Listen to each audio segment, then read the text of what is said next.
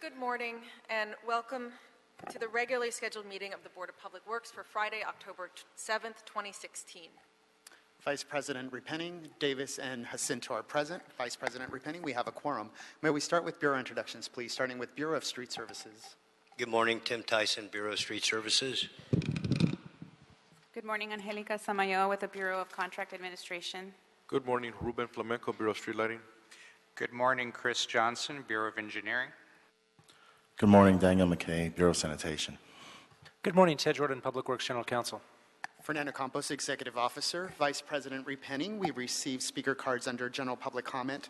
We have no commentary under the Neighborhood Councils, and we also received speaker cards on items 1 through 7. Okay, I'll go ahead and call General Public Comment. Mr. Spindler?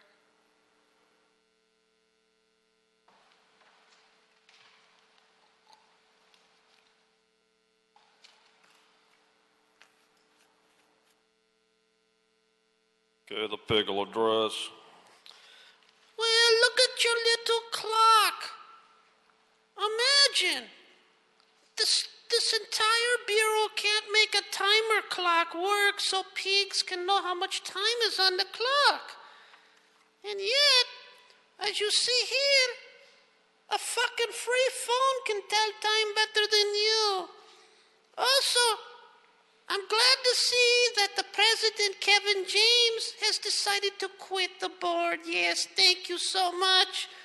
It's about fucking time. The resignations need to be coming a lot better now. So that leaves 3 puppets. 1 puppet, 2 puppets, 3 puppets.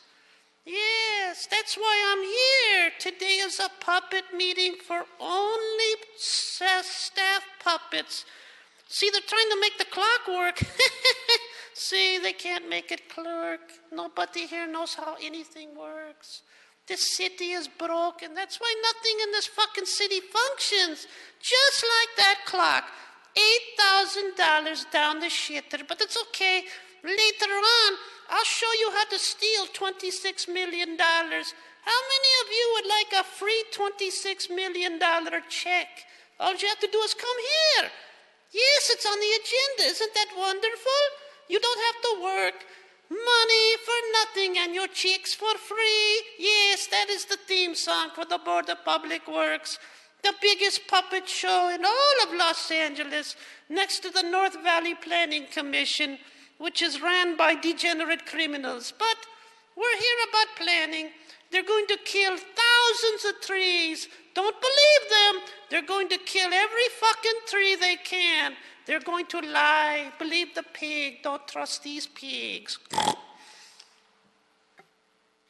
I'll go ahead and close general public comment, and we'll go ahead and move to our first item of business, item number 1, recommending the board authorize the city engineer to issue a revision to the task order solicitation number 107 to CH2M, increasing the budget authority from $2,668,700 to $2,808,700 for design and support services for the active transportation program projects. This is for Council Districts 9, 13, and 14. On agenda item number 1, we have from the Bureau of Engineering, George Huang.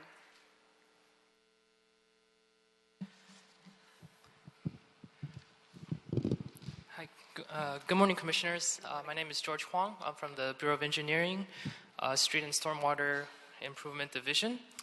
This board report is for a revision to the task order 107, and basically what this is that we had been granted a time extension from Caltrans for these 6 active transportation projects. These projects include pedestrian improvements such as curb extensions, ADA compliant access ramps, median islands, traffic control measures, and it's a federal funded project. What we had done during this time is that the time extension allowed us to address additional sidewalk extensions and curb extension limits because of requests from the council office and some of the other constituents. So we also had to increase some of our limits to install these curb extensions. And DOT had also upgraded some of the intersections, which was originally slated for just the rectangular flashing beacons, and they upgraded to full signal. So we had to, and they requested for BOE to put in additional curb extension and scope of work. So initially, the fee that was requested from our consultant CH2M was $625,000, and we had negotiated down to $350,000 for this task order. So the original budget for contingency was $285,513. So this board report is to request for an additional $140,000 to cover this additional $350,000 work. And the CH2M's, being a federal project, the DBE goal that they had to meet was 6.01%. And for this revised task, the consultant is pledging 9.16%. And this, the funding will be fully covered by the active transportation grant, and with the transportation grant fund providing the local match and the front funding. Thank you. Okay. Just to clarify, the initial project, the project is funded by federal funds, including the additional amount that we're approving here today. That's correct, yes. Yes. What was the minority business pledge for the prime contractor? CH2M Hill is the prime contractor on this project? Yes, they are the prime consultant. Okay. This is a federal project, so it looks like 9% disadvantaged. And they pledged 6, and they overachieved that by 3%, correct? That's correct, right. They're pledging 9.16%. Great. Okay. Great. Thank you. I'll go ahead and make a motion on item number 1. Vice President Repenning, we do have a speaker card on item number 1. Okay, we'll go ahead and call the speaker card. Mr. Spindler? So I'll cite the Brown Act has been violated. There's no card under that name. Please call the card correctly. Stop violating state law. So just go and take a look on YouTube. Pigs eating pumpkins. And this is exactly what's happening here. 2.6 million isn't enough. You got to get another 140,000 when nobody's looking. So this is what happens, see. The pig is right now sleeping like you see there. Now, the mother is telling the pig, the little kids, just go by the pig and leave the little pumpkins next to them. And don't put your hand near the pig's mouth because the pig will take it off. See, because these pigs will eat anything that's in front of them, see? So they're just there, and you can see they're just there. Put it right by her nose. That's right. Put another $140,000 right by their nose. Just drop it and back. Move your hands. There you go. Thank you.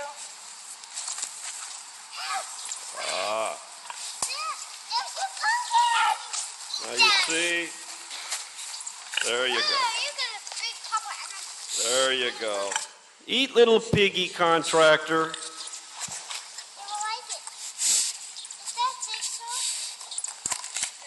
Now, see, that pig can hardly get that goddamn thing in his mouth, see? But you put that in front of them, they're going to eat. It's the same thing with these fucking contracts. Federal funds. They're going to come back on every contract and ask for more money. Just like this pig, they can't stop fucking feeding themselves all this free taxpayer money. See, it's the same thing as this video. What's going on here? Just drop it. Just drop it right to his nose. So that's it. That's the sound of contractors.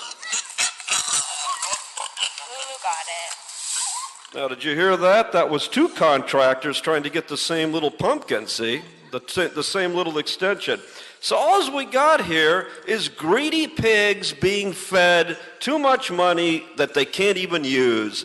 But Mr. Davis will ask questions. Why? 2 minutes. Because it involves federal funds. Thank you, Mr. Pig. I made a motion on agenda item number 1, seconded by Commissioners Davis and Jacinto. The report will be adopted and sent forthwith. Let's go to agenda item number 2, tree removal.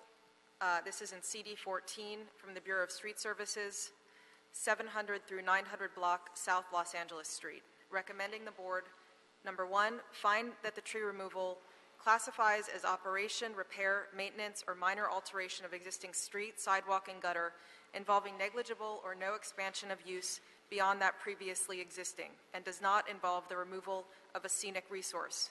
That the action is exempt under Article 3, Section 1, Class 1, Category 3, Existing Facilities, Sidewalk Repair or Maintenance of the City of LA Environmental Quality Act Guidelines of 2002, and that none of the exceptions to the use of a categorical exemption as set forth in Section 15300.2 of the California Environmental Quality Act Guidelines apply. And 2, review and approve this tree removal request by city forces of 10 Indian laurel fig trees and 2 evergreen pear trees for the reconstruction of off-grade public sidewalks for the Fashion District Streetscape Improvement Project Phase 2. Tree replacements are required. On item number 2, Mr. Tim Tyson from the Bureau of Street Services. Good morning. Commissioners, Bureau representatives, City Attorney, and Executive Officer. The Bureau of Street Services, in collaboration with other city departments, is proposing to perform streetscape beautification and improvements within the downtown Los Angeles Fashion District. The project is located on Los Angeles Street between Olympic Boulevard and 7th Street. This will provide streetscape improvements to the Fashion District's core. The project will include sidewalk improvements, access ramps, landscape bump outs, pedestrian lighting, 26 new trees, custom tree grates, and street furniture. The project is funded through the 2007 Metro Call for Projects with a total construction budget of $1.7 million. This is intended to improve pedestrian access to the regionally significant bus stops for businesses and residences in the Fashion District, creating a direct link with the previously constructed Fashion District Streetscape Phase 1 improvements along Olympic Boulevard and Santee Alley. Approved in 2001, call for projects which provide similar pedestrian improvements within the Fashion District's core area. The recent real estate phenomena of converting more commercial space within the Fashion District and adjacent downtown areas to mixed-use residential commercial properties has led to the higher around-the-clock population densities and their corresponding traffic concerns in this area. Hence the need to encourage people to leave their cars behind and utilize the public transportation in the area. The project has been designed and will be constructed by the City of Los Angeles Bureau of Street Services, and it's co-sponsored by the Fashion District Business Improvement District. Their involvement has been instrumental during both design and construction phases of the project. The Business District Improvement has been an active partner in the design phase and is a primary mechanism for community outreach and participation. The proposed project and sidewalk repair is expected to severely impact 12 street trees. Therefore, an Urban Forestry Division arborist inspected the subject locations on February 17, 2016. The inspection revealed 10 fair condition Indian laurel fig ficus trees measuring an average of 20 inches in diameter by 30 feet in height, and 2 evergreen pear trees measuring 10 inches in diameter by 15 feet in height that will be impacted by the project. The proposed tree removals are located at 701, 709, 736, 758, 765, 766, 768, 822, 829, 837, and 839 South Los Angeles Street, and 1010 East 9th Street on Los Angeles Street. The trees are growing in 4-foot by 4-foot tree wells and have outgrown the growing space that was provided. The roots and the root crowns from the subject trees have significantly contributed to the defective conditions of the sidewalk. Sidewalk reconstruction will require removal of the 12 trees, as it would be required root pruning on 3 sides. Okay.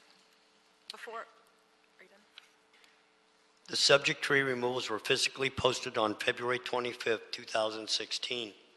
Council District Office 14, Deputy Nate Hayward was informed of the proposed tree removals on September 16, 2016.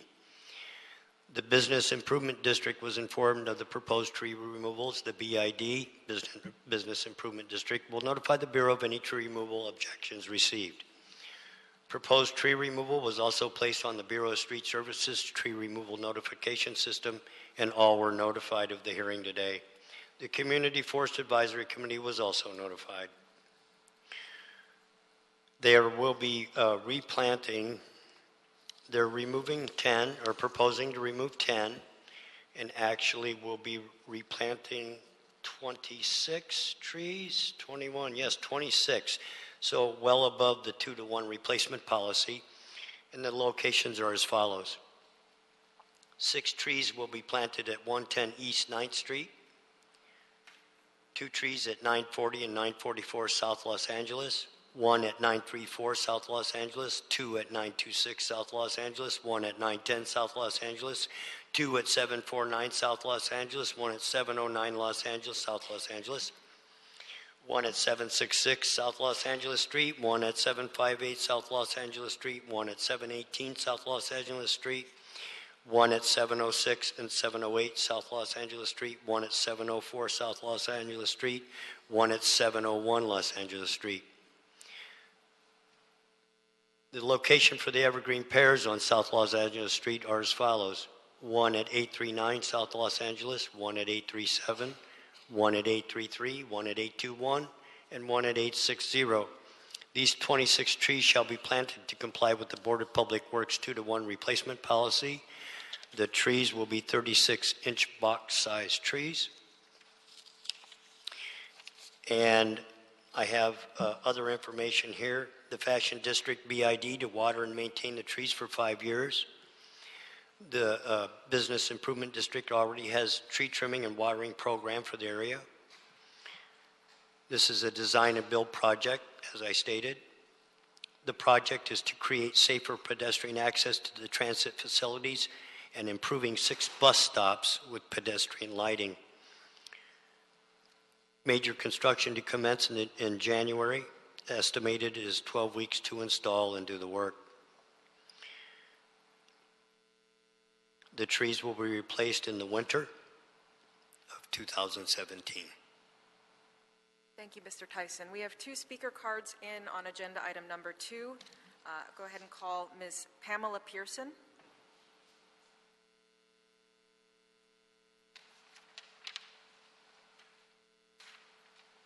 Thank you. I just have a very simple question. We've observed on numerous occasions, especially during this very hot and drought-ridden experience we're going through, that people, I know the roots are difficult, but they keep cutting down mature trees and then they replace them with something of maybe a 3-inch trunk that's going to take another 40 years to mature, and you know, it actually adds to the quality of life. They're talking about adding to people's quality of life, their safety. Well, look how nice it is in the areas of town that people flock to where there are adequate trees that clean their air, produce oxygen, and they attract people to enhance their quality of life. So let's make sure before the big corporations push through or the big financial industries push through their interest, that they're actually playing fair. Don't deprive the people who deserve this level of beautification and enhancement of their life. Don't put them at a disadvantage. They deserve it as much as anybody, if not more. That's all. Thank you, ma'am. Also on agenda item number 2, Mr. Pig. Yes, the pig is taking a nap. So, 7 through 900 blocks South Los Angeles. So, this is Jose Huizar's little stunt. So what they're doing is they're going through with using junk bonds in Wall Street and cheap money to build all these gentrification projects near Santee and the Fashion District. So now you got to get rid of all the trees. That's because the greedy pig, scumbag, piece of shit developers need to have access to the sidewalk. And how much are they paying for this? Nothing, not a dime. Each tree could be worth as much as $150,000. Nothing. They're getting these fucking trees removed for no charge to the developer. They're getting free sidewalks, gutters, improvements for absolutely free. This is a gift from Jose Huizar to Englander Kanabi Allen and all of the other lobbyists and all of the other developers to the detriment of us, the people of this city. This has nothing to do with sidewalks. This has nothing to do with improvements. This has nothing to do with anything except greedy scumbag, cocksucker, motherfucker developers and their bought and paid for councilman, Mr. Jose Huizar.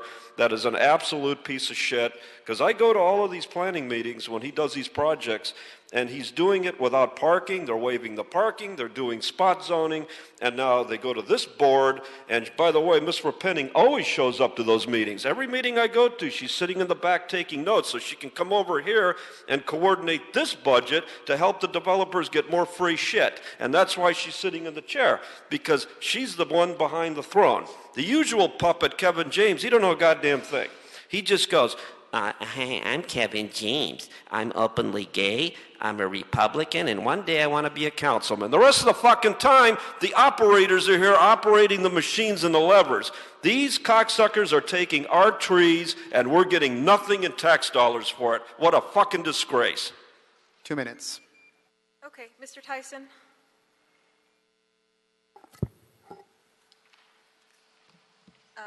Questions. Commissioner Jacinto. Thank you. Mr. Tyson, just had a question. You mentioned 10. It says on the board report that we're removing 12 trees, 10 plus 2, correct? I'm sorry. I just wanted 10 Indian laurel fig trees and 2 evergreen, that's 12. And they're replanting 26, which is 2 more than the 2 to 1. 2 more than the 2 to 1. Sure. Mr. Tyson, also, is some of the tree removals, will they affect the sidewalk where access is not possible because of the off-grade, and that repair of the sidewalks will also have an impact on access? Well, once the sidewalks are fixed, the access will be much better. There are some of these trees that have 6 to 8 inch uplift next to them. And obviously, for anyone trying to walk down through here at this current time, there's trip and fall problems that could happen and all kinds of things. So by fixing the sidewalk, it would require these trees be root pruned on 3 sides, which we only recommend root pruning on one side of a tree at any given time if in fact that tree could be root pruned, but 3 sides is something that is unquestionably not going to be allowed. Thank you. Commissioner Davis. I want a clarification on the maintenance of the tree. I thought I heard you say that it's the bid that is going to water the tree. Is it for 3 years? Is it the bid, or did I miss something? Commissioner, I actually have Alexander Caiozzo, who's the project manager, sent me a little extra stuff here, and what he stated is the fact that the Fashion District BID, or the bid, will be watering and maintaining the trees for a minimum of 5 years. Who will be? The bid. The bid will do it for 5 years. And I would like to mention the fact that all 12 trees that are slotted or proposed for removal, we have the property owner's authorizations for those trees. They do understand what is taking place and have authorized the trees to be removed if the board approves. So I'll ask the executive officer to amend the board report to indicate that it's 5 years as opposed to 3 years, as is indicated in the board report, that the bid would do it 3 years, but in fact, we've heard as a matter of record, it's 5. Absolutely, Commissioner Davis. We can go ahead and recommend the approval of this report as amended to clarify that it is for 5 years. The report currently on page 2 indicates that it's a minimum of 3-year period, but to clarify, we can amend it to show that it's a 5-year watering period. I have one final question in terms of just basic general information. Often, citizens come and ask about the maturity of the trees that we plant. And I would think that pretty much a lot of the trees that we plant are the smallest of trees. Are there circumstances when we can plant a tree that's a little more mature, not fully mature, but are there chances, and I'm not saying in this case, I just need to know for general information moving forward, are there times in which we will plant a tree that has some Stature? Yes. Yes, absolutely, Commissioner. Whenever we see a possibility to plant larger trees, we would do that. In this case, normally it's 24-inch box-sized trees, and they're going to be planting 36-inch box-sized trees. So we are having trees planted larger than normal. And yes, and these trees at 36-inch box size, they're a fair good sized tree. You walk right up to them, and they're taller than you. And within a 5-year period of time, once they acclimate, then they take off, and it only takes 5 more years before all of a sudden you've got a pretty doggone good sized tree. How do we determine when we do implement trees that are a little more mature than the smallest of trees that we often plant? You have to have planting availability, size. If you're going to bring in something larger, you have to have more room to dig a larger hole to put in a bigger tree.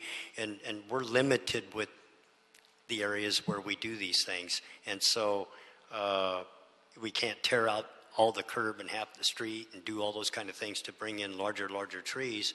But when we can put larger trees in open parkways, that's where we can do that. Thank you, Mr. Tyson. And I just wanted to verify this project is fully funded by Metro as part of their Call for Projects program. That's correct. And I also wanted to state for the record that the Fashion District bid has been an active partner in the design phase and has been conducting community outreach and participation. Yes. Thank you. Do I have a motion on agenda item number 2? Moved by Commissioner Jacinto, second by Commissioner Davis. This report will be adopted, subject to conditions. Any objections to sending forthwith? The report will be sent forthwith. Thank you very much, Mr. Tyson. Thank you. Vice President Repenning, just to clarify, the report is adopted as amended, as suggested from Commissioner Davis. Report will be adopted as amended by Commissioner Davis, subject to conditions, and sent forthwith. Thank you for the clarification. Thank you. I'm now going to take a break in our regular meeting for today. We have a special meeting called for at 10:30. I'd like to go to our special meeting now. And we will go ahead and... Vice President Repenning, just for administrative purposes, just the roll call for the special meeting. We have to wait until Commissioner Jacinto returns back to the room before I can actually establish a quorum. So if you'd like, we can take a short, just a 30-second break or a minute break and then return back to the special. We will take a minute break. Thank you. Go ahead and make a minute-long phone call if you'd like.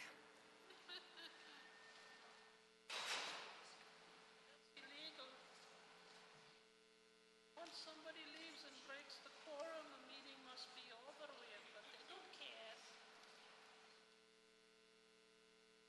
Nobody here cares about the law.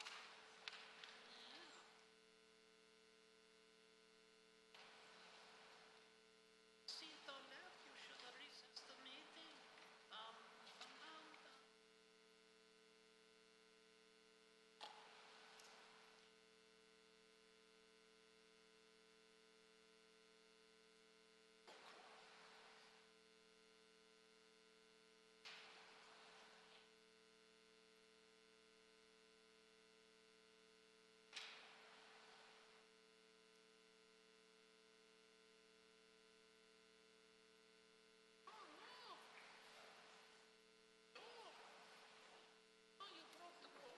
Break's over.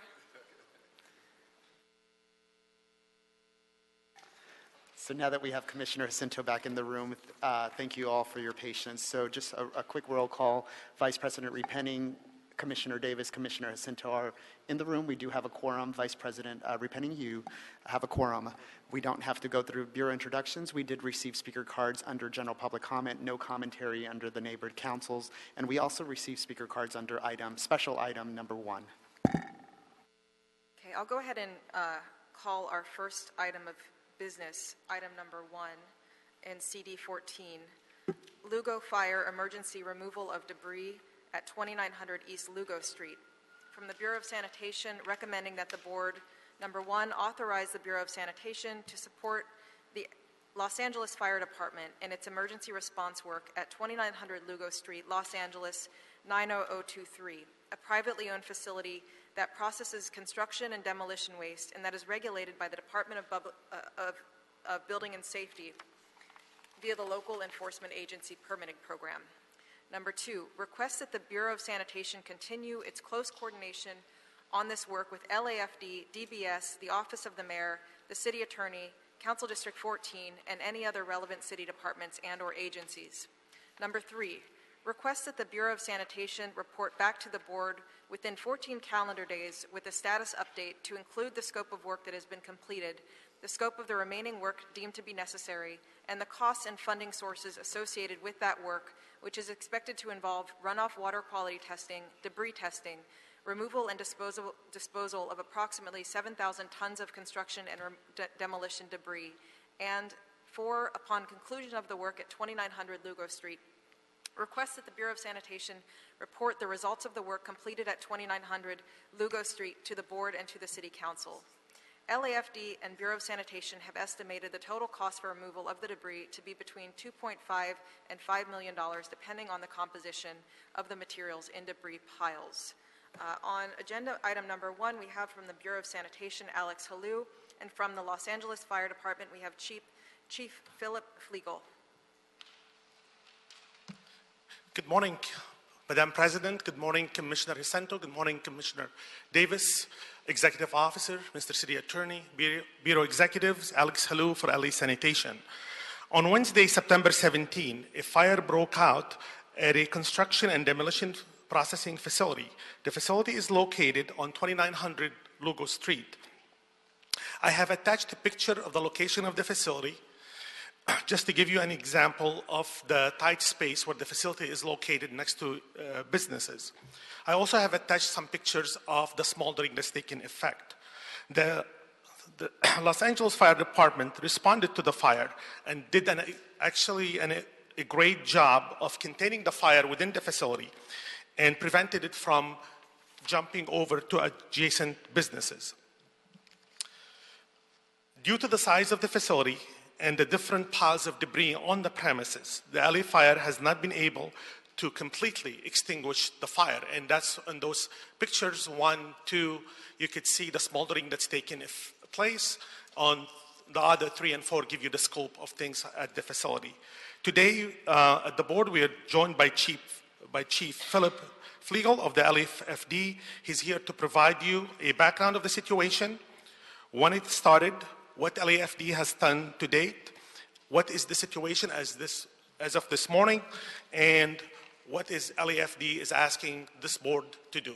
Thank you. Good morning, Chief. Good morning, Madam Commissioner, or Madam President, rather, Commissioners, members of the board and council.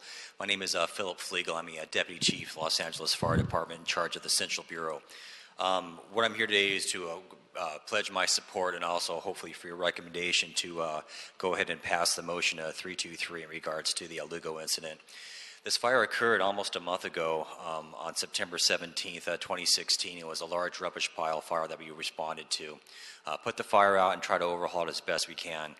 Within the next couple of days, we had several callbacks for that incident. The fire actually ignited on its own, again, because of the density of the pile. To give you a little bit of a broader scope of this pile, it's a 100-yard by 100-yard, 70-foot high, tall debris pile of construction materials, wood, plastic, rubber, and so on. No regular types of disposal materials like for households, but just construction material. What essentially happened is because the fire got deep-seated on the inside of there, it's like a big mulch fire, and mulch fires aren't easy to put out. Usually with a mulch pile or a fire of this nature, what we would do is get the debris with tractors or dozers that we have, spread it out in a nice big piece of open lot, douse it with water, make sure it's completely smothered out, and then turn it back to the owner. Unfortunately for this property, the pile's gotten so big there's no other place to move this pile to, so basically we can't move it around or get it or fully extinguished because there's nowhere to move it to. So what we're asking right now is if we had the cooperation with Bureau of Sanitation could help us out with moving the pile, getting onto dump trucks. We can extinguish it before it gets on the trucks, and they can move it to a landfill where it can be fully abated before it's removed. It's going to be extinguished first, put on the trucks, and then moved out to another landfill. We've tried other methods before, and just get back again, our own tractors have gone on there moving around, didn't seem to help because we can't get to the bottom of the pile. We also had LA County Fire Department come out to try to help us out with it, move with some of their heavy equipment to no avail. We also engaged the owner on trying to have them actually pay for the removal of the debris so we can get started on that as well. The owner is unable to financially comply with our orders that we had. We had specific things we set out for him to do a couple weeks ago, or last week, and he was unable to comply. On the 27th, the mayor finally was able to give us some advice to go ahead and move forward with the Bureau of Sanitation to see if we can make this happen. So in partnering with you, we could probably make this happen. What we've done since then is what's happening the last couple of days is we've unified with sanitation to basically take over the incident to make sure, A, the fire's not going to start again, pump out any water that's coming off the pile that we're putting on right now, and also sample all the water and all the environmental problems or issues that could come about from this pile to make sure that with the normal limits and there's no other hazardous materials issues. So as of right now, we're in unified command with the sanitation department and with ourselves to make sure that we can come to a successful conclusion with this. Are there any questions? You have pictures right there in front of you. Is there anything else I can answer on the fire department side? I have a few questions. The first is really pertains to the safety of our workers.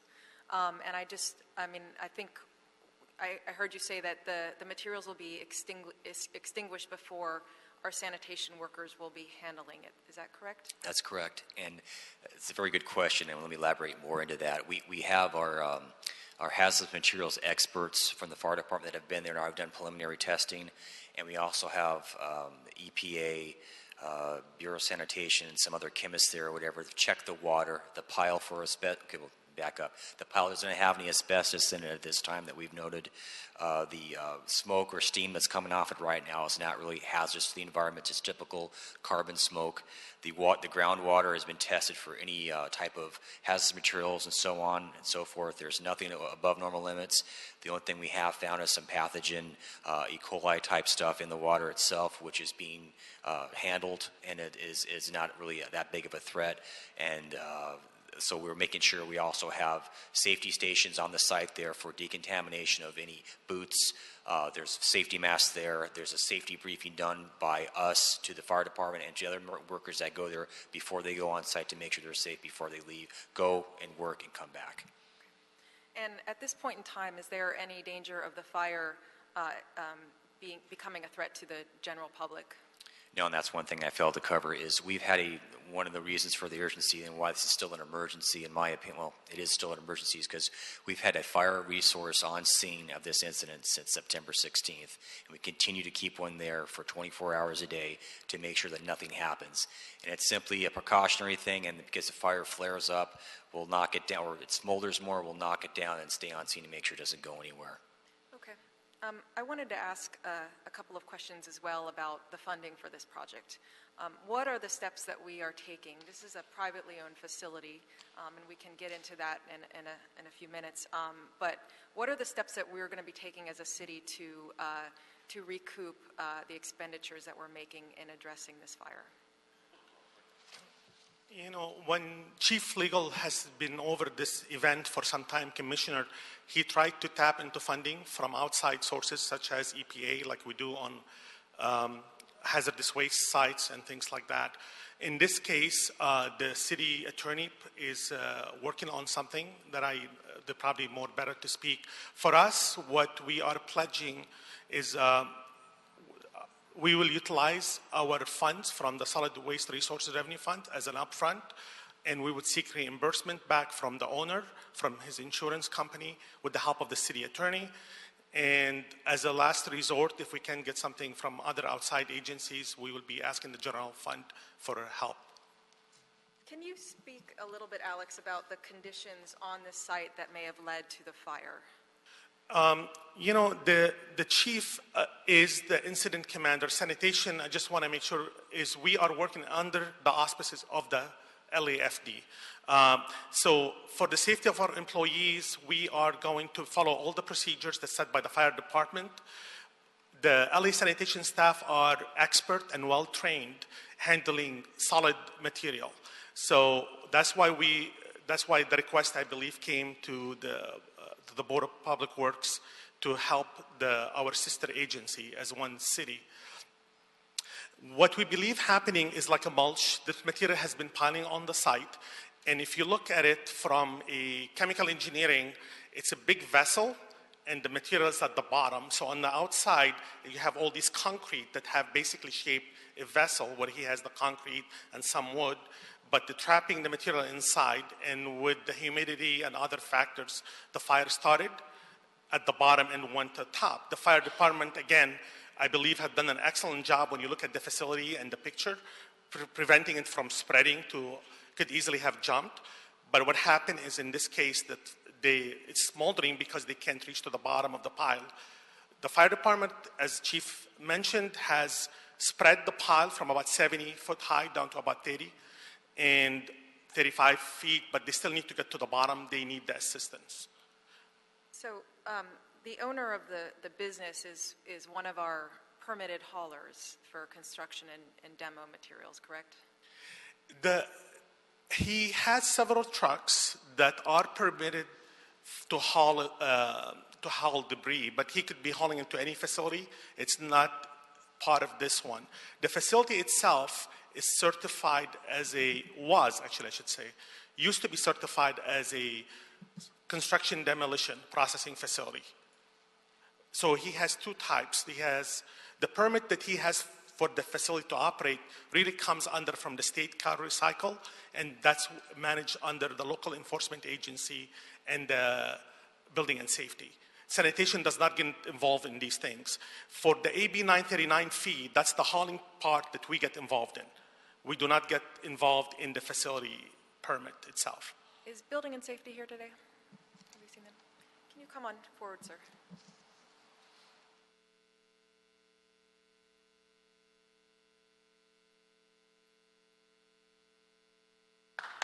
Good morning, sir.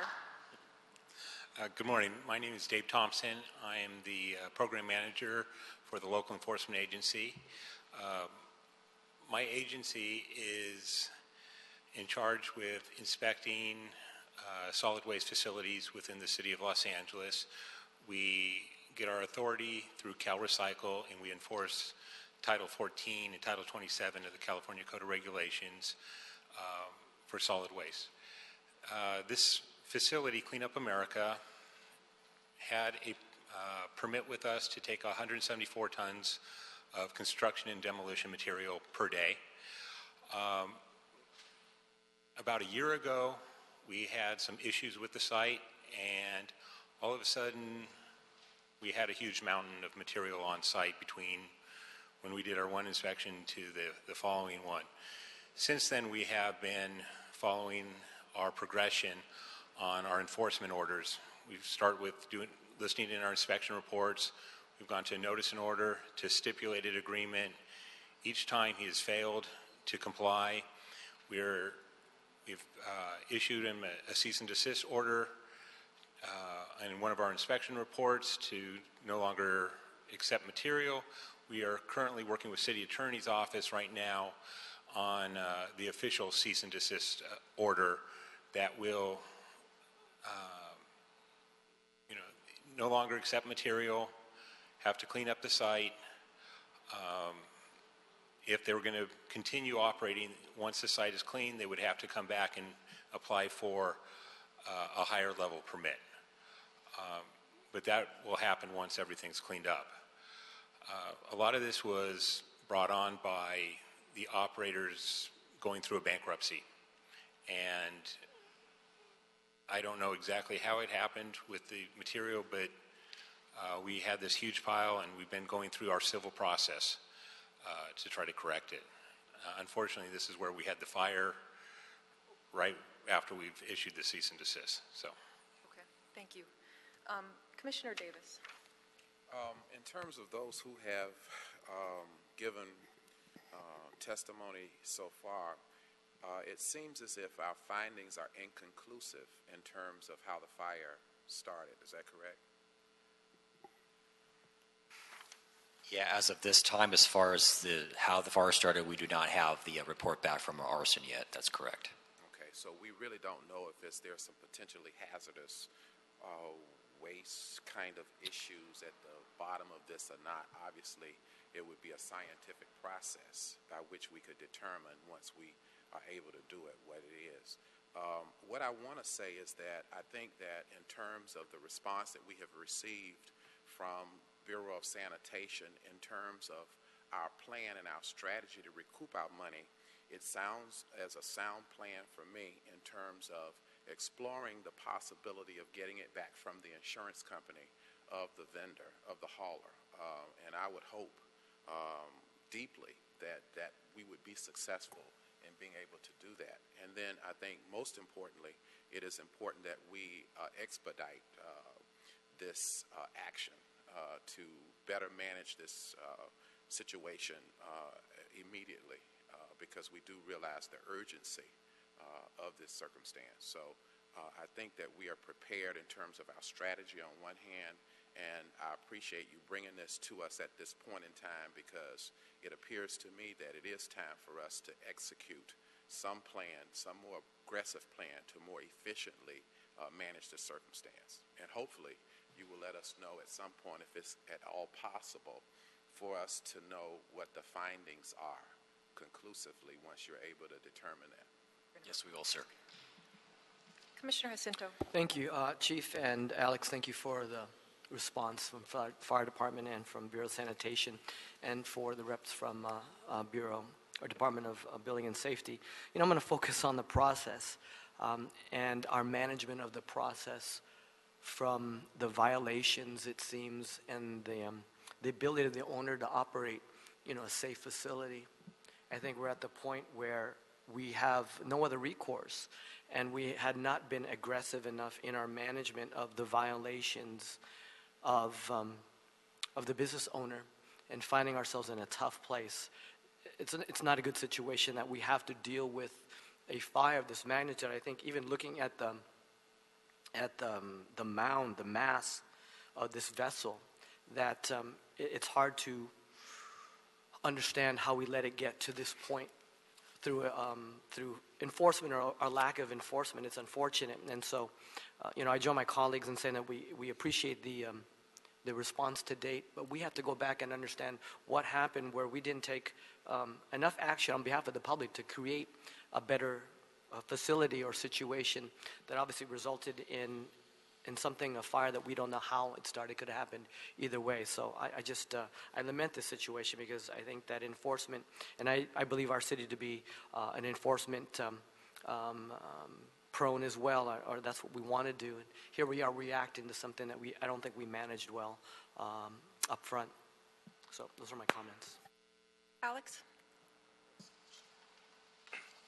First of all, I want to thank you and sanitation for stepping up as you always do when there's a need in the city that may be beyond your core mission. And I support our efforts to aid the fire department in addressing the fire. And additionally, I support whatever efforts and steps sanitation will be taking in terms of our relationship with the business owner to ensure that the proper penalties for whatever the violations that have been found should warrant. Do you want to speak to that at all?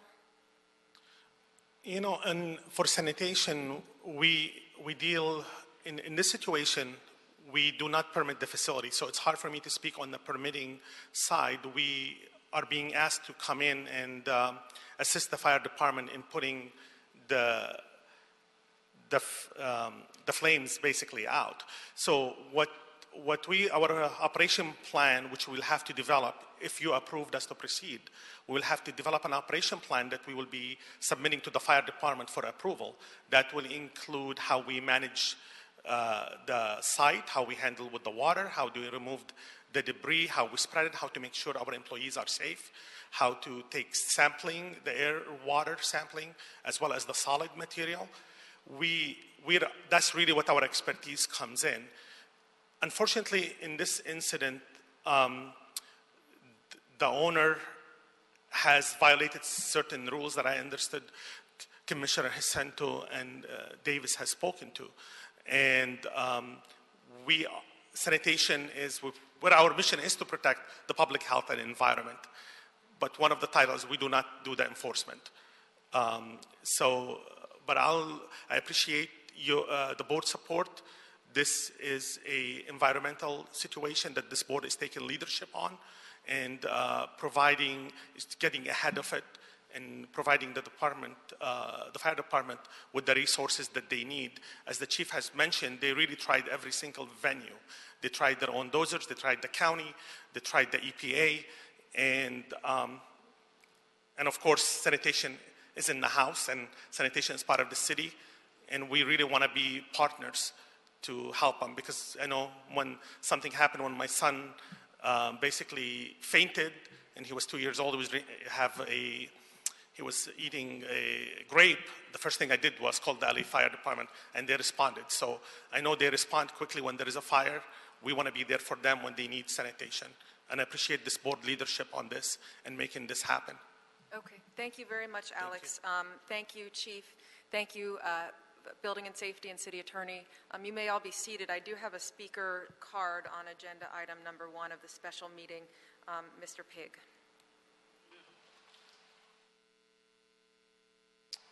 Well.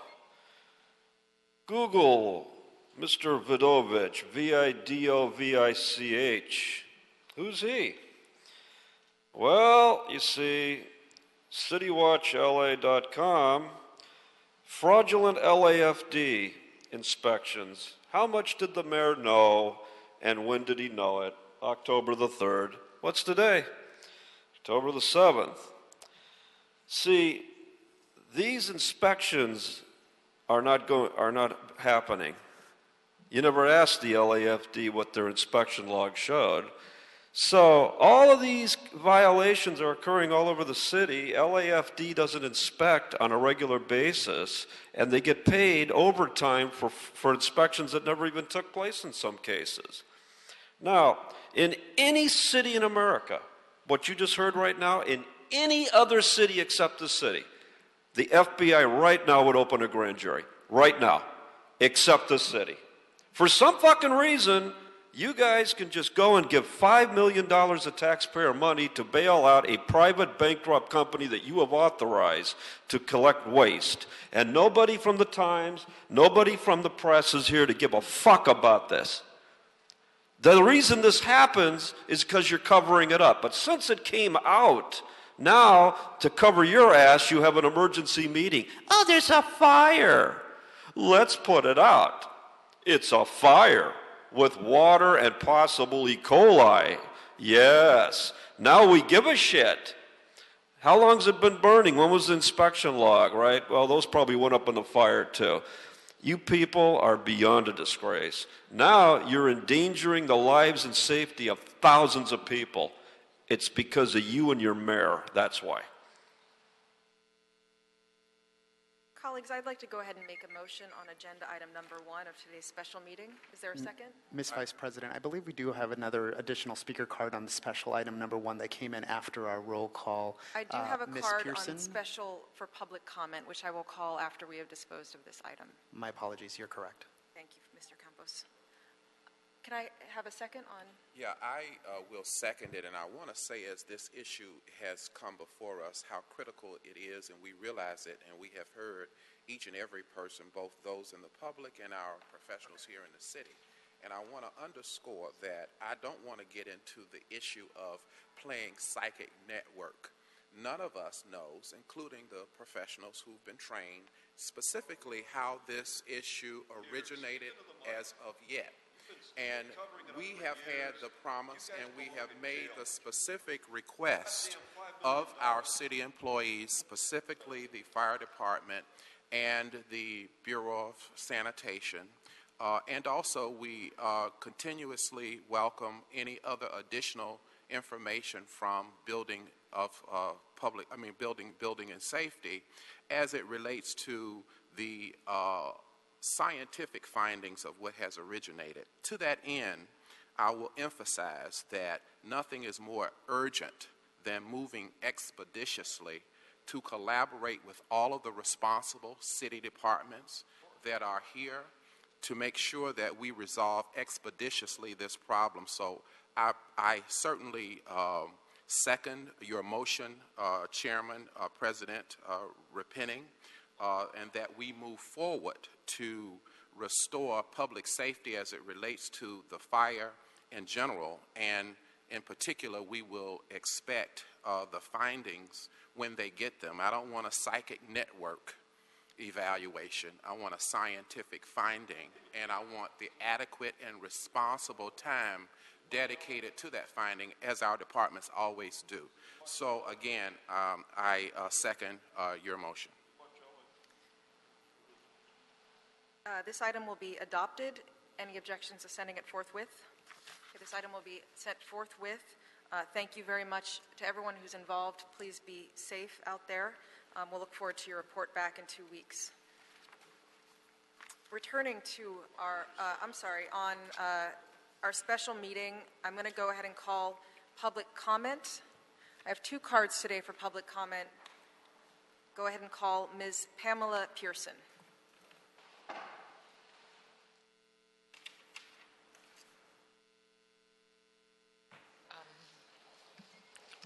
Is this 1 or 2 minutes?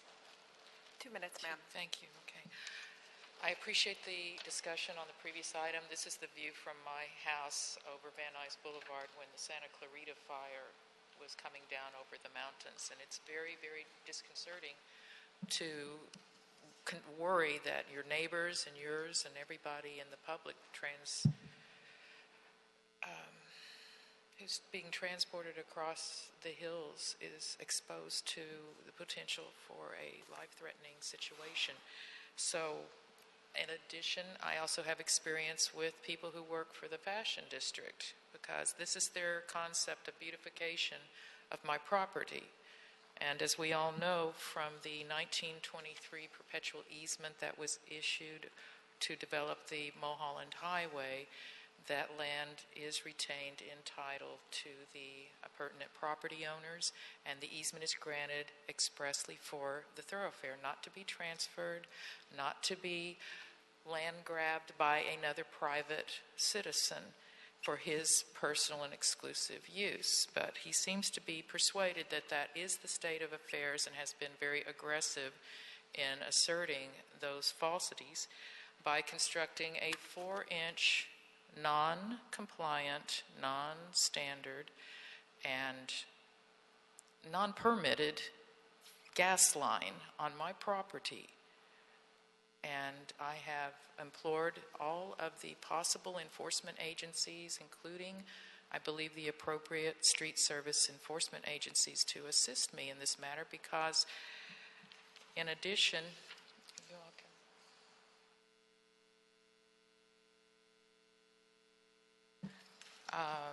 it has become an issue because this is an active landslide. And under no circumstances should there be any grading, any construction in the active 2 minutes. landslide. That's the city engineer's position, with unlicensed personnel who are not authorized to work in the public right-of-way. Thank you, ma'am. Thank you. I have another speaker card on public comment. Mr. Pig. Oh, yes. Good, Davis. From the article, Vidovich, efforts caused fraudulent overtime to plummet. Some inspectors are believed to have been paid more than $130,000 in annual overtime, and criminal behavior to be exposed so much that the firefighters union stepped in with hundreds of thousands of dollars in campaign cash for Garcetti and members of LA City Council in a curiously timed but alleged and unstated quid pro quo donation to stop Vidovich.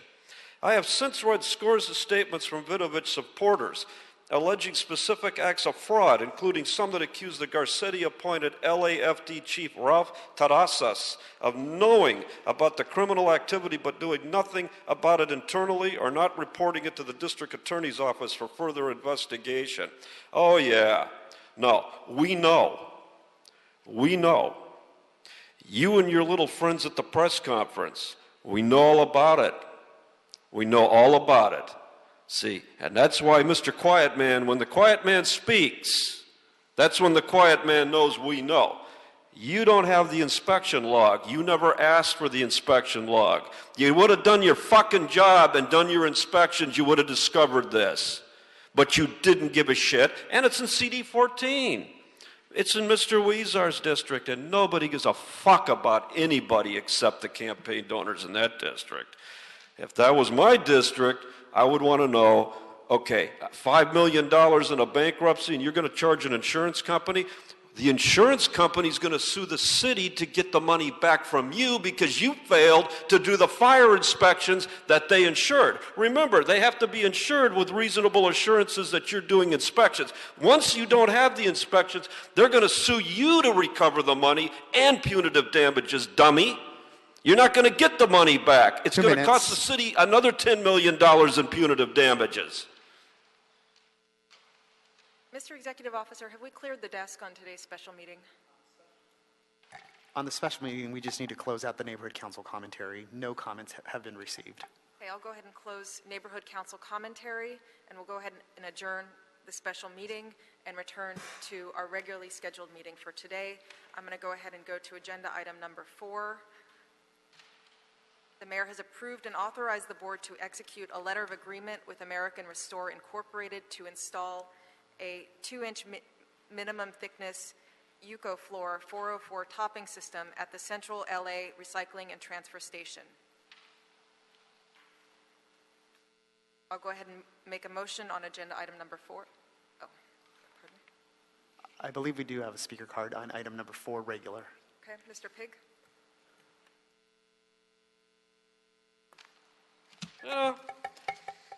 I didn't arrest you. You had to arrest me. I didn't fucking fraudulently get a TRO. You got it against me. See, you don't know. Anyway, see if you can read that. See, you can't read that very well, yeah? Okay. I'll just say something here, Mr. Press Conference. Lynn Suzette Price. Who is she? So now, let's talk about money. Well, I got my property tax money. See, it's all about money. Everybody loves fucking money, don't they? Oh, look at that. Yeah.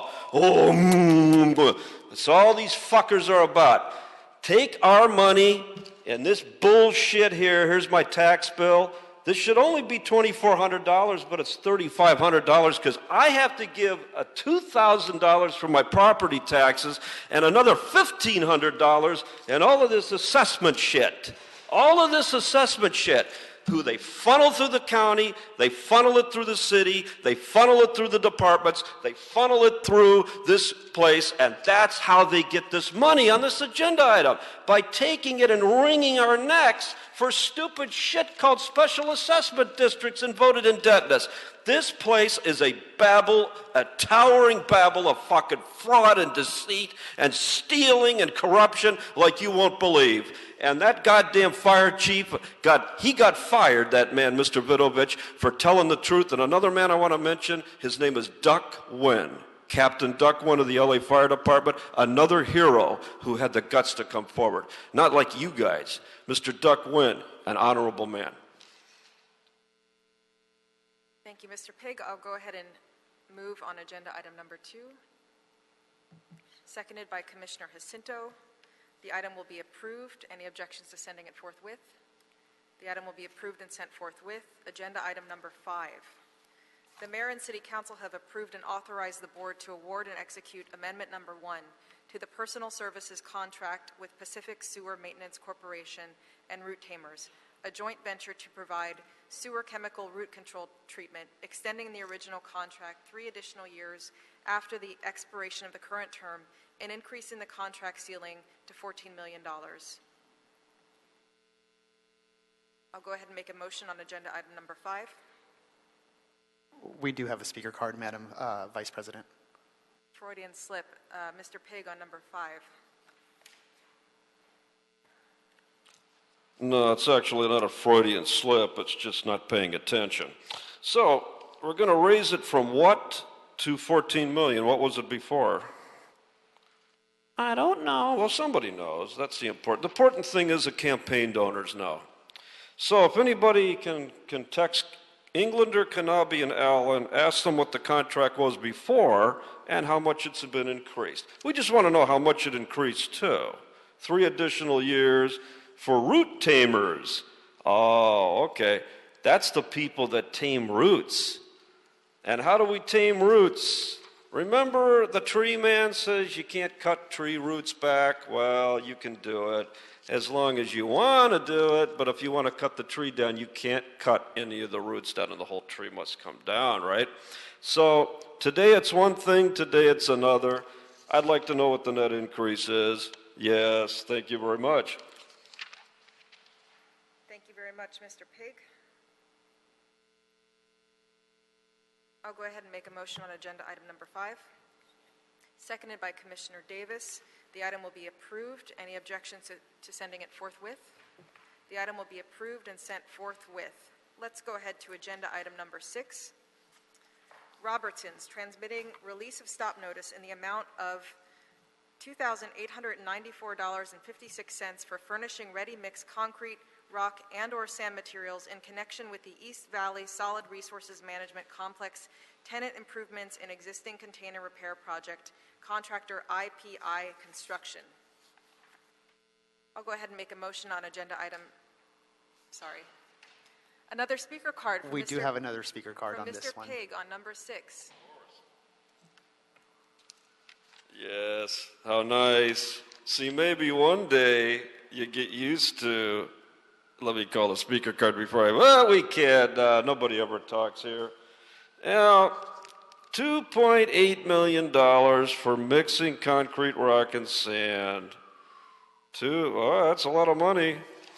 I wonder if you bidded this out in terms of independent contractors, how much you could get this for, or if you could go to Nevada and buy this, but you're not going to go there.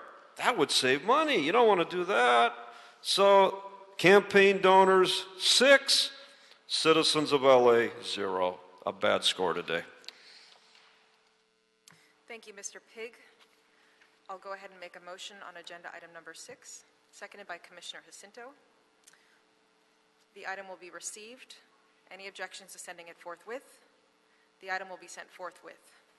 Agenda item number 7. Dion & Sons Incorporated transmitting release of stop notice in the amount of $25,153.70 for furnishing labor and/or materials to J&D Thomas Company Incorporated, an apparent subcontractor, in connection with the Machado Lake Ecosystem Rehabilitation Project, the contractor for which is OHL USA Incorporated.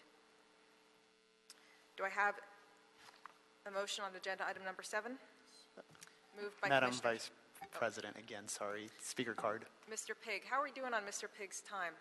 We have 7 minutes and 55 seconds on the clock, so Mr. Spindler has 2 minutes and 5 seconds left under the 10-minute aggregate rule. Isn't that great? Wisely, sir. Isn't that wonderful? So, your broken clock, if it worked, we'd know. So let's see here. Look at all of this. A lousy $25,000. I mean, God, that's like fucking pocket change in this place. $25,000 is like, to the average person, a fucking 3/4, It's like nothing. So, you stop notice for a petty amount like that? Nah, somebody had a bad day. See, what happened is that somebody came into the department, somebody had a fight with their boyfriend, and then he comes in and got mad. That's all it is. It was just a mistake. And an apparent subcontractor, so we really don't know exactly who is the subcontractor. Do we care? No, we don't give a shit. No, we don't. So, 25,000. Monday's a holiday, so I think since, you gave away about 100 million today, can you put another one in front of the two? Give them $125,153. That way, a gift for Columbus Day. I think this is the last item before the holiday. I think an extra $100,000 to this company is in order. So please amend the mistake. It should read 125,153.70. It should have been 125,000, right, Joel? So I would assist the Commissioner Joel amends this to read $125,153.70. And then Commissioner Davis will second. All those in favor? Aye. Those opposed? It passes unanimously. Does that clear the desk, Mr. Executive Officer? Yes, it does. It clears the desk. Do we have a motion to adjourn? Yes, second. Aye. Okay, everybody have a good week. See, I saved you all the time. See, I know how it works. I know how the puppet show works. 2 minutes. Thank you, Mr. Pig. I will go ahead and make a motion on agenda item number 7, seconded by Commissioner Jacinto. The item will be received. Any objection to sending forthwith? Okay, we'll go ahead and send the item forthwith. Returning to agenda item number 3, I have 2 speaker cards on agenda item number 3. Ms. Pamela Pearson.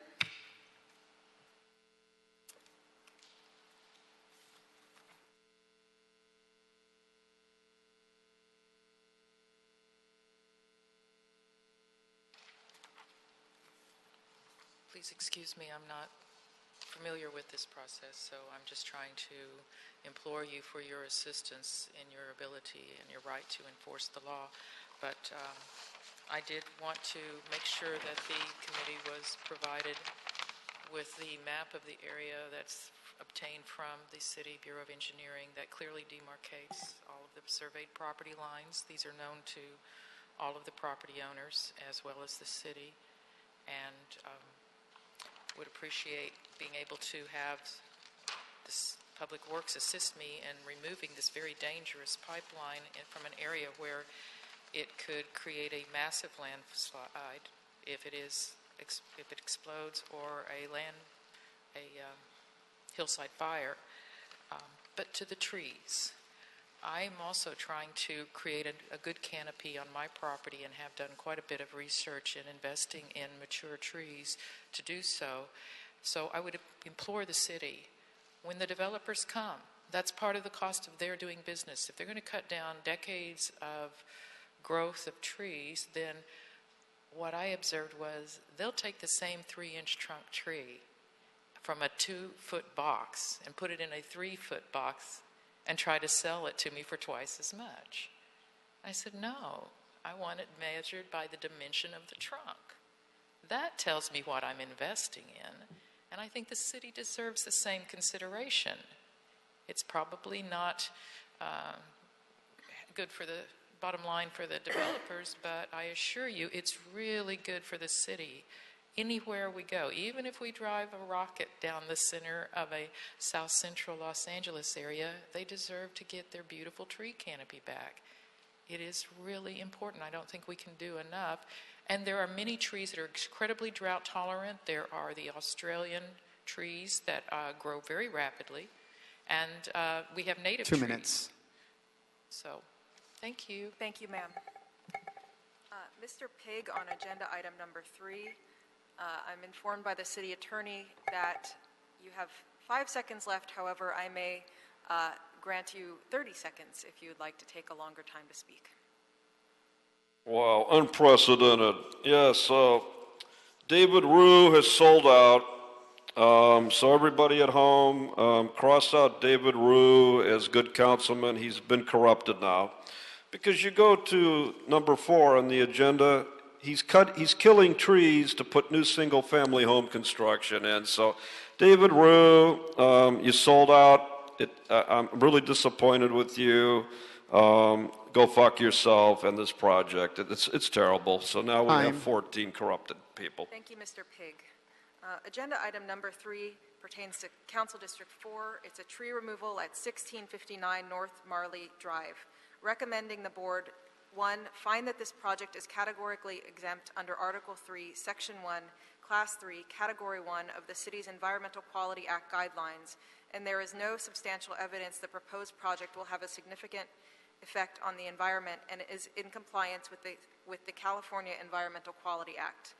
Number 2, find that none of the exceptions to the use of the categorical exemption as set forth in Section 15300.2 of the state CEQA guidelines apply. Number 3, specify that the Bureau of Street Services Urban Forestry Division, located at 1149 South Broadway, is custodian of the documents of other material that constitute the record of proceedings upon which the board's decision is based. And 4, approve the request for a fee tree removal permit for 1 Coast Live Oak tree and 10 Southern California black walnut trees due to necessary grading required for slope remediation and new single-family home construction. Tree replacements are required. On number 3, we have Tim Tyson from the Bureau of Street Services. Good morning again, Commissioners, Bureau Representatives, City Attorney, and Executive Officer.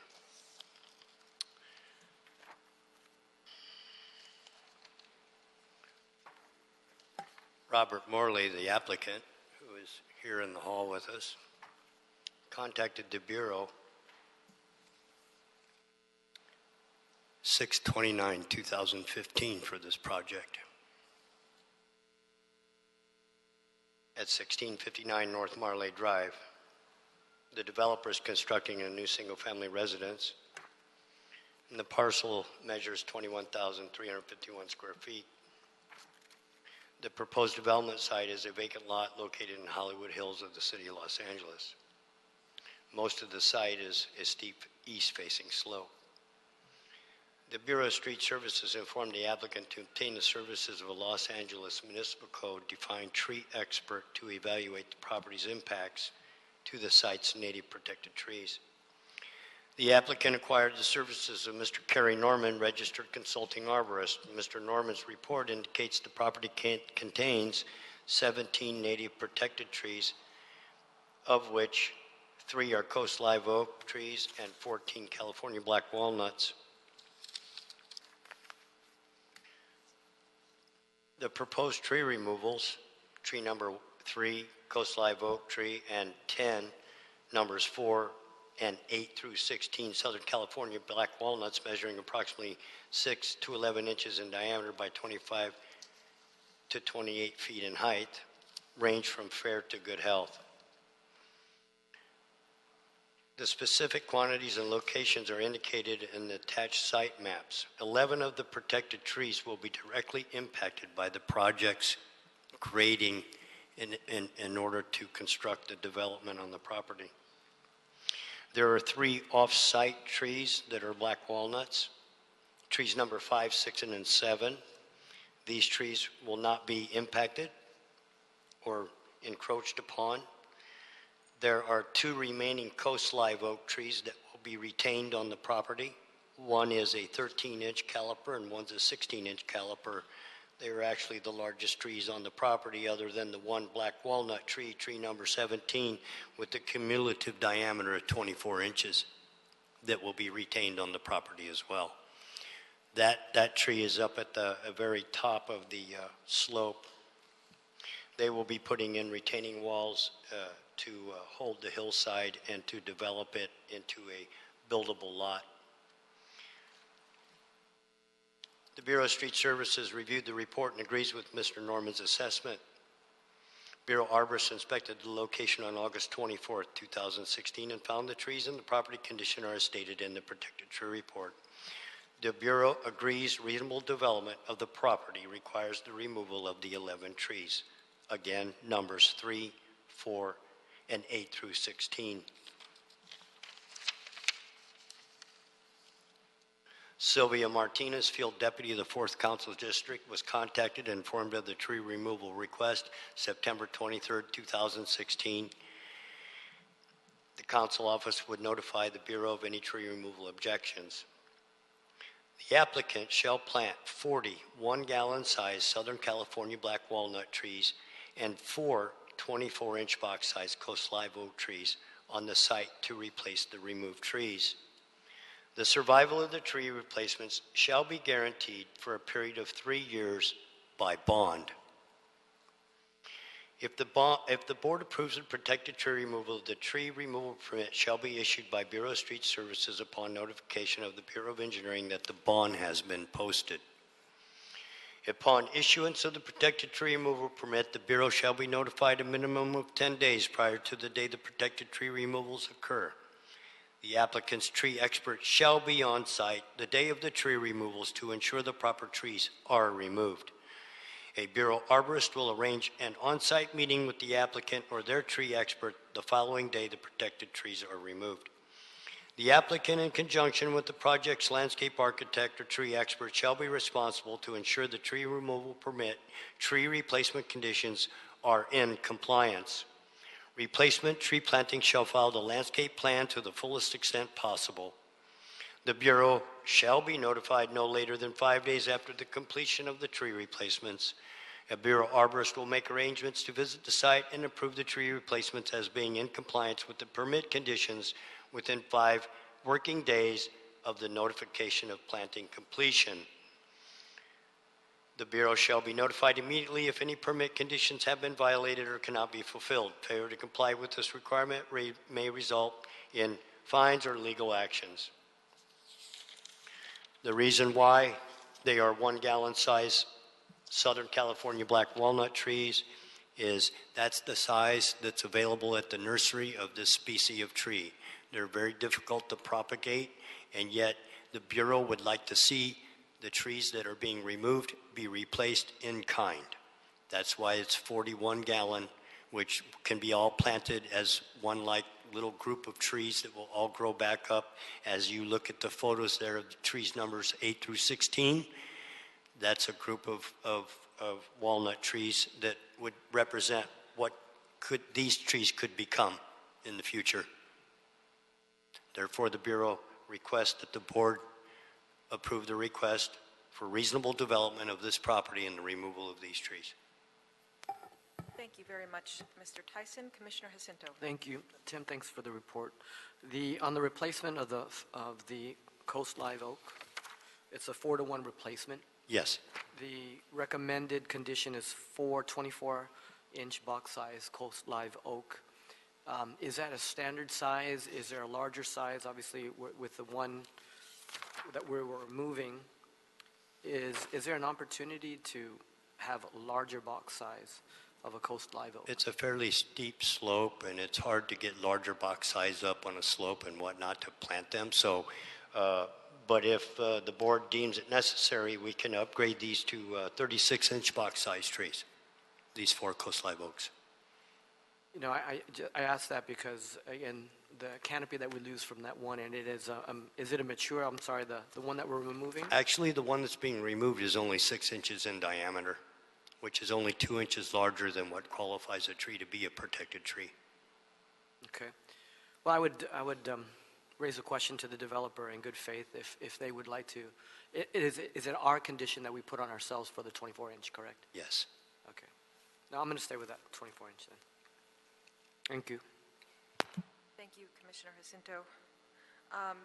Tim, I just want to verify, I see here that part of the replacement program requires the property owner to ensure survival of these trees for 3 years.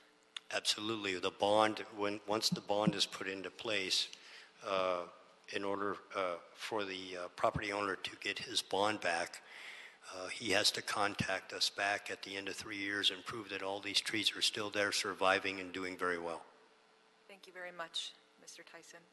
If there's nothing further, I'll go ahead and make a motion on agenda item number 3, seconded by Commissioner Davis and Commissioner Jacinto. And the report will be adopted, subject to conditions. Any objections to sending it forthwith? Okay, we'll go ahead and send the item forthwith. I'd like to go ahead and do the approval of the minutes for the meeting of Monday, September 19th, 2016. Okay. seconded by Commissioner Jacinto. Those minutes have been approved. Mr. Executive Officer, aside from our adjourning motion, have we cleared the desk? Just closing out the neighborhood council comment period, or section, sorry, no commentary was received. That does clear the desk. Okay, I'll go ahead and close out the neighborhood council commentary, and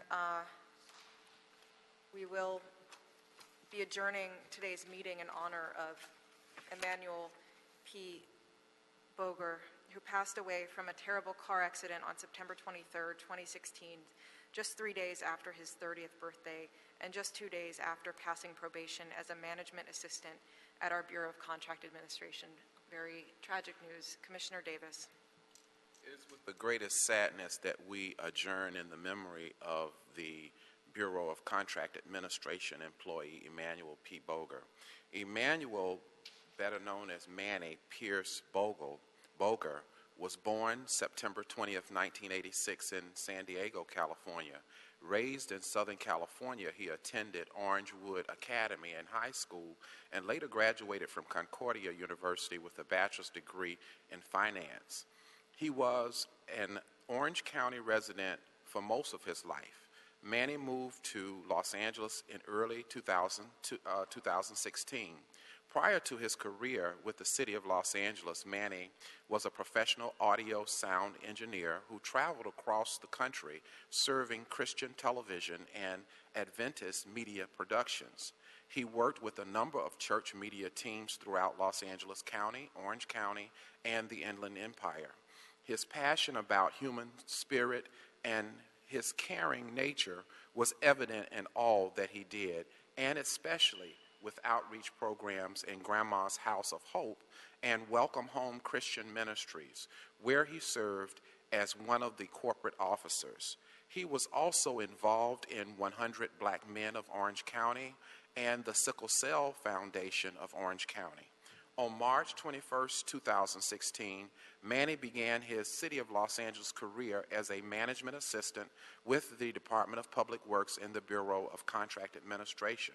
He was assigned to work in the Labor Compliance Unit of the Office of Contract Compliance. During his brief 6 months with the city, Emmanuel became a labor compliance analyst, primarily monitoring the Department of Water and Power construction projects. Manny thoroughly enjoyed his work in labor compliance and appreciated the fact that he was helping others who had been mistreated and had nowhere else to turn. One of his latest contributions to the office was revamping the labor compliance assessment worksheet.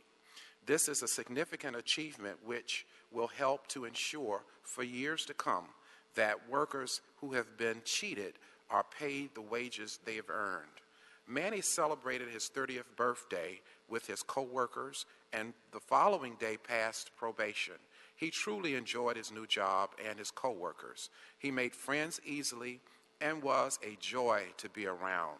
He openly expressed his gratitude at the blessings of finding a meaningful job that gave him an opportunity to serve his community.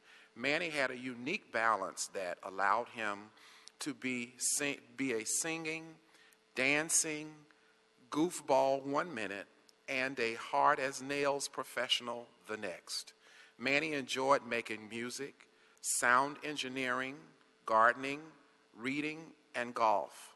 Manny enjoyed people, and Manny enjoyed life. He and Ming Zhu, his fiancée, were making plans to get married and starting a family. Sadly, Manny succumbed to injuries he sustained during a tragic car accident on September 23, 2016. Manny was part of a large and loving family. He's survived by his mother and father, Anthony and Paris Boger, his brother, Dylan, grandparents Velma, Boger, and G. Bogans, uncles and aunts, Sheila and Tim Henderson, Don Barger, Terrence and Diane Barger, George and Sybil Bogans, Crystal and Robert Hollingsworth II, first cousins Brooke, Lauren, Austin, Robert III, Amber, Cahill, and Malachi, too many second cousins to list. foster brothers and sisters Derek and Tyrone McCullough and Toya Thomas. We sadly adjourn in the memory of Emmanuel Pierce Boger. He will be missed. Truly a loss for the department and for our city. With that, our meeting today is adjourned. There will be no management meeting held today. Thank you.